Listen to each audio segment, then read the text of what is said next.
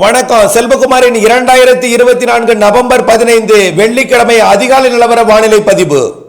இந்த பதிவில் இப்பொழுது இருக்கக்கூடிய 2 வேறு காற்று சுழற்சிகளும் அதனைத் தொடர்ந்து அடுத்தடுத்து வரக்கூடிய 2 காற்று சுழற்சிகள் குறித்தான ஆய்வறிக்கை, வரக்கூடிய நவம்பர் 23 வரைக்குமான ஆய்வறிக்கை, அதிகாரப்பூர்வ வானிலை அறிக்கைக்கு இந்திய வானிலை ஆராய்ச்சித்துறை அறிக்கையை பார்க்கவும். 2024 நவம்பர் 15 அதிகாலை பதிவு. வங்கக்கடலிலே ஏற்கனவே உருவாகி செயலிழந்த காற்று சுழற்சி மன்னார் வளைகுடா குமரிக்கடல் பகுதியில் நீடித்துக் கொண்டிருக்கிறது. இதனால நேற்றைக்கு தூத்துக்குடி மாவட்டத்தில் கனமழை பொழிவை கொடுத்த நிலையில் அடுத்த காற்று சுழற்சி தற்பொழுது டெல்டா மாவட்டங்களுக்கு நெருக்கமாக வந்து அமைந்திருக்கிறது. ஆனால் அது டெல்டா மாவட்டங்கள் ஏறாமல் இலங்கை வழியாக மன்னார் வளைகுடா பகுதியை நோக்கி நகர இருக்கிறது. இதனால மழை பொழிவு டெல்டா மாவட்டங்களிலே கண்டிப்பாக அதிகரிக்கும் என்று ஏற்கனவே சொல்லி இருக்கிறோம். இந்த அமைப்பானது இன்றைக்கு ஒட்டுமொத்த கடலோர மாவட்டங்களுக்கே மழை பொழிவை தரப்போகிறது. முதல்ல காலையில் அதிகாலையில் ஏற்கனவே தொடர்ந்து பொழிந்து வருகிறது.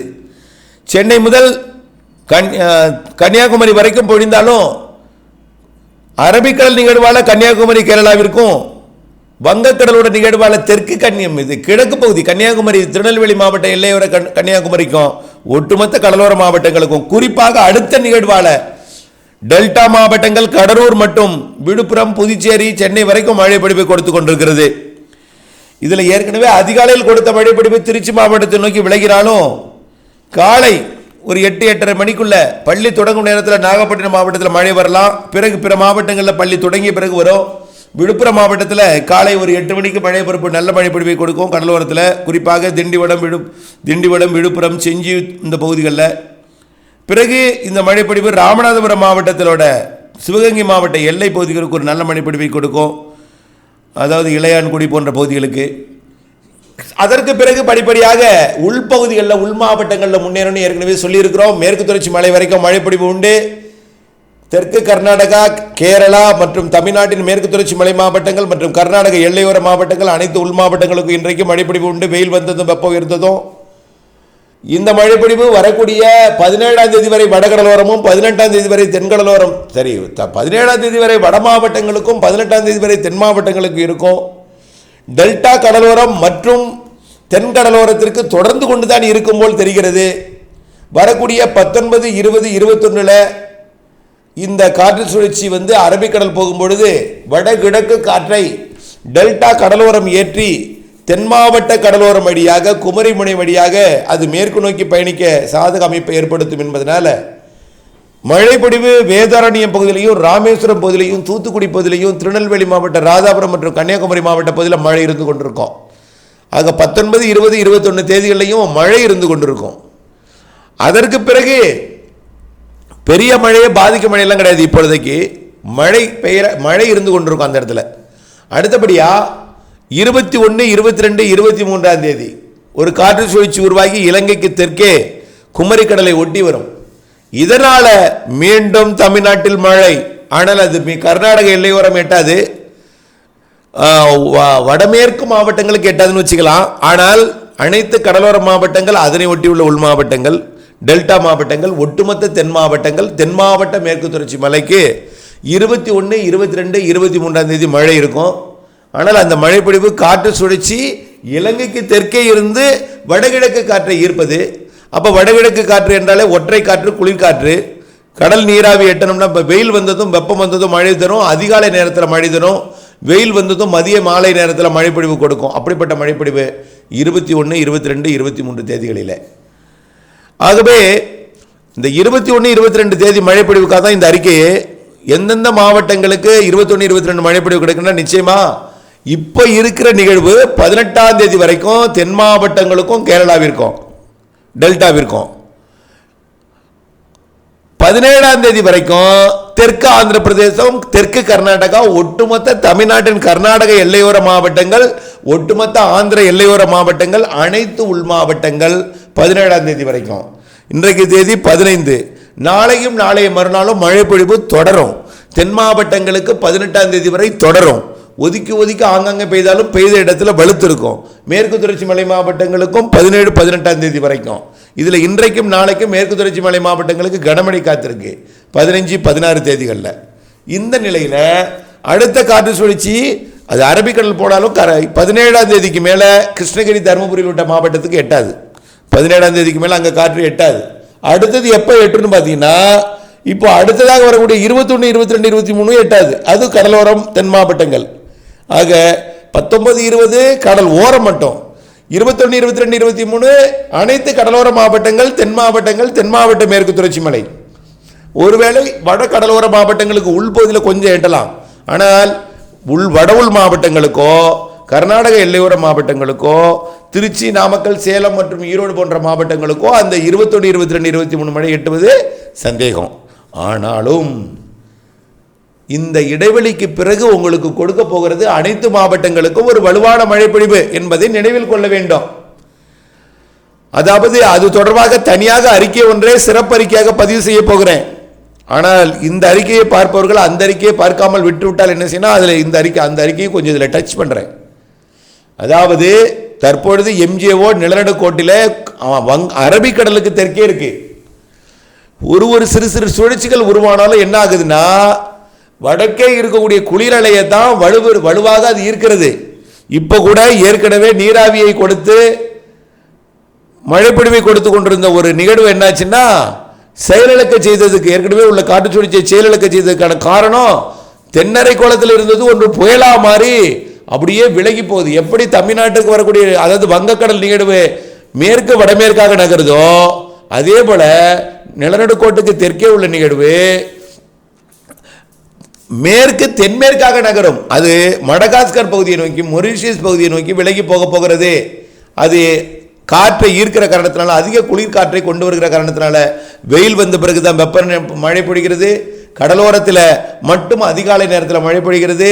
ஒருவேளை சில நேரங்களில் புதிதாக வந்திருக்கக்கூடிய காற்று சுழற்சி கொஞ்சம், அதாவது எந்த காற்று சுழற்சி நிலநடுக்கோட்டு பகுதிக்கு தெற்கே இருக்கக்கூடிய காற்று சுழற்சி கொஞ்சம் நீராவியை கொடுத்தாலும் அது அதிக அளவு நீராவியை கொடுக்காமல் ஓரளவிற்கு போதுமான நீராவியை கொடுத்து கொண்டு மழை பொழிவையும் கொடுக்கிறது. வெயில் வந்த பிறகு மழை பொழிவையும் கொடுக்கிறது. இந்த மழை பொழியுமா, இது பொய்க்கும் போல் தெரிகிறது என்று உங்களை புலம்பவும் வைக்கிறது. உங்களுக்கு பொதுவாக பொறுமை இல்லாதவர்கள் நிறைய பேர் இருக்காங்க.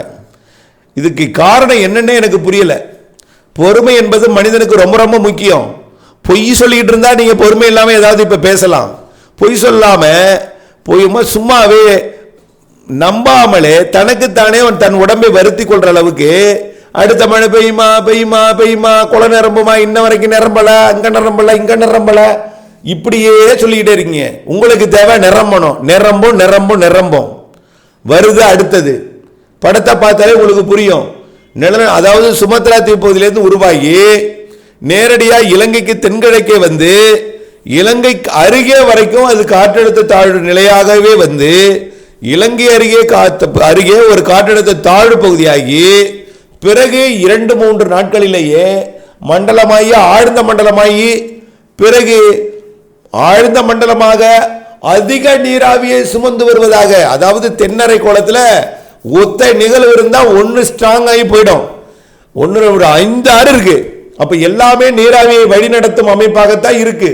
ஆகவே அதிக நீராவியை கொடுக்கும். அது இல்லாம தென்னரை கோலத்தில் உருவாகிறதுனால, சரி தென்னரை கோலத்து அருகே நிகழ்வுகள் இருக்கிறதுனால இந்த நிகழ்வு நிலநடுக்கோட்டை ஒட்டி 2 டிகிரியில் உருவாக போற காரணத்தினால 2 டிகிரி 0 டிகிரி என்பது நிலநடுக்கோடு 2 டிகிரியில் உருவாகிற காரணத்தினால அங்க இருக்கும் பொழுதே கேட்ச் பிடிச்சிடும். நீராவி காற்றை கேட்ச் பிடிச்சிட்டுனா அங்கிருந்தே பிக்கப் ஆகி நீராவி காற்றை சுமந்து கொண்டு வரும். அதற்கு சமமான குளிரலையும் கிடைக்கும். நீராவியை குளிர்வித்து மழை பொழிவை அதிகம் கொட்டும் மழை பொழிவு அனைத்து மாவட்டங்களுக்குமானது. கேரளா வரைக்கும், தெற்கு கர்நாடகா, தெற்கு ஆந்திர பிரதேசம், ஏன் ஒட்டுமொத்த ஆந்திர பிரதேசம், தமிழ்நாட்டின் அனைத்து மாவட்டங்கள், குறிப்பாக தமிழ்நாட்டின் மத்திய மாவட்டங்கள், ராமநாதபுரம் முதல் கடலூர் வரைக்கும் உள்ள மாவட்டங்களுக்கு அதீத மழைப்பொழிவை கொடுக்க இருக்கிறது. ராமநாதபுரம் வரைக்கும் இருந்து கடலூர் வரைக்கும். ஏன் சார் என்ன சார் அந்த மாவட்டம் வரைக்கும் அது கடலோர மாவட்டங்களுங்க, அங்கதான் அது தொடும் வெளிச்சுற்று நெருக்கமா. உள்ளேயும் கோயம்புத்தூர் நீலகிரி வரைக்கும் கொடுக்கும். இது கரை கடந்து போகவும் வாய்ப்பு இருக்கு. கரை கடந்து போகாமல் கரையை ஒட்டியே வடகடலோரம் நோக்கி திருவள்ளூர், ஆந்திர பிரதேசம், நெல்லூர் வரைக்கும் போனால் கூட அனைத்து மாவட்டங்களுக்கும் அதீத மழைப்பிடிவை கொடுத்து விட்டு தான் போகும். கண்டிப்பா டெல்டா மாவட்டங்கள்ல இருந்து உள்ள எல்லாம் என்ன சார் திரும்ப திரும்ப அந்த மாவட்டமே சொல்றீங்க, எங்களுக்கு கிருஷ்ணகிரியை சொல்ல மாட்டீங்களான்னு சொல்லுவீங்க. இதை சொல்லும் பொழுது எனக்கு அந்த நினைப்பு வந்துடும், நீங்க பேசுற பேச்சு எல்லாமே வந்துடும். அதுவே சொல்றேன் கேளுங்க, இங்க தொடும்பொழுது அங்கே கொடுக்கும்.